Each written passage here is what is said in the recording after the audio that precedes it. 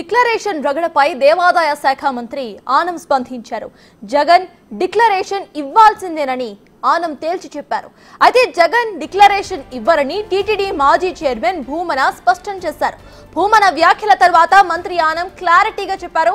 హైందవ ధర్మం ప్రకారం ఆగమ పండితుల సూచనల మేరకు డిక్లరేషన్ ఇవ్వాల్సిందేనని మంత్రి ఆనం చెప్పారు. డిక్లరేషన్ ఇవ్వకపోతే జగన్ ను ఆలయంలోకి అడుగు పెట్టనివ్వమని, కాదని వస్తే వెనక్కి పంపించేస్తామని హెచ్చరించారు.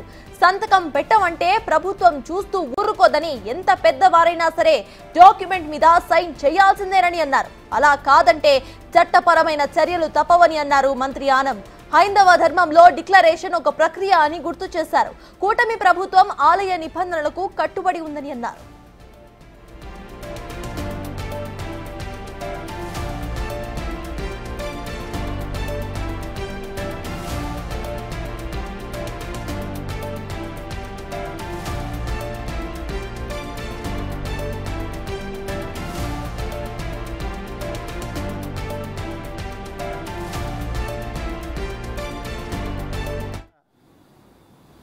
ఆధ్యాత్మికతని అవమానించినటువంటి మీరు, మీ పార్టీ నాయకులు ఇవాళ వెంకటేశ్వర స్వామి వారిని మేము అధికారంలో ఉండగా ప్రభుత్వ నిర్ణయాలను సక్రమమైన విధానంలో పాటిస్తున్నప్పుడు మీరు దాన్ని మేము అమలు చేయం, మా ఇష్టారాజ్యంగా ప్రవర్తిస్తామంటే మీరు కాదు కదా. మిమ్మల్ని మించిన వాళ్ళు ఎవరు వచ్చినా చట్టాన్ని గౌరవించితేనే మేము అనుమతులు ఉంటాయి. చట్ట పరిధిలో మీరు రాకపోతే మాత్రం మిమ్మల్ని అడుగు పెట్టనిచ్చే ప్రసక్తే లేదు తిరుమలలో అని చెప్పి నేను ఈ సందర్భంగా మనవి చేస్తున్నాను.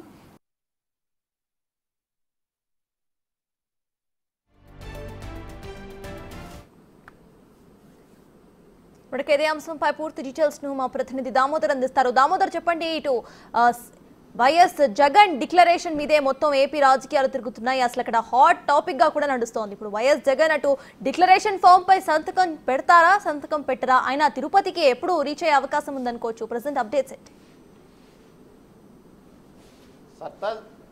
భూమన్ కరుణాకర్ రెడ్డి ఏదైతే వైఎస్ఆర్సీపీ సీనియర్ నాయకుడు, మాజీ టీటీడీ చైర్మన్ చేసిన వ్యాఖ్యలు చూస్తే ఖచ్చితంగా డిక్లరేషన్ మీద సంతకం పెట్టాడు, ఎందుకు పెట్టాలంటూ ఆయన తీవ్ర స్థాయిలో మాట్లాడారు.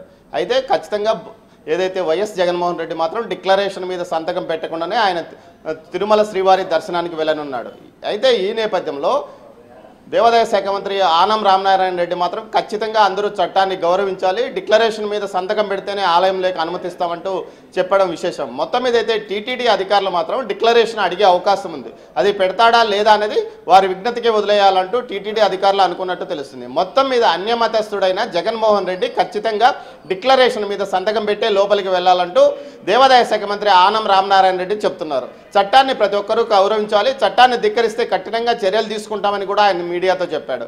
మొత్తం మీద అయితే తిరుమల శ్రీవారి దర్శనానికి ఏదైతే గీ నెయ్యి వివాదం తర్వాత జరుగుతున్న పరిణామాల్లో భాగంగా ఈరోజు సాయంత్రం 5 గంటలకు ఆయన ఏదైతే తిరుపతి విమానాశ్రయానికి చేరుకుంటారో అక్కడ నుంచి నేరుగా అలిపిరి మార్గాన, రోడ్డు మార్గాన ఏదైతే తిరుమల చేరుకుంటారో, తిరుమలలో రాత్రి బస్ చేసి ఉదయం 10:30కు శ్రీవారి దర్శనానికి వెళ్తారు. 11:30 వరకు ఆయన ఆలయంలో ఉంటారని ఇప్పుడు షెడ్యూల్ ప్రకారం తెలుస్తుంది. మొత్తం మీద అయితే టీటీడీ ఏదైతే శ్రీవారి దర్శనానికి వస్తున్న జగన్ను అడ్డుకోవడానికి ఎక్కడికెక్కడ నిరసన తెలియజేయాలని మొదట్లో ఏదైతే కూటమి నేతలతో పాటు సాధు పరిషత్ సభ్యులు అనుకున్నప్పటికీ కూటమి నేతలు ఈ విషయంలో వెనక్కు తగ్గారు.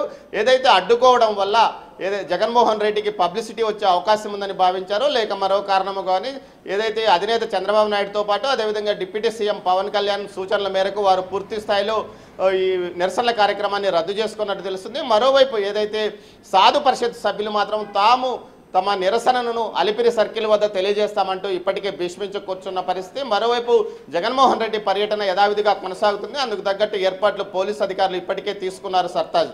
Right, thank you Damodar.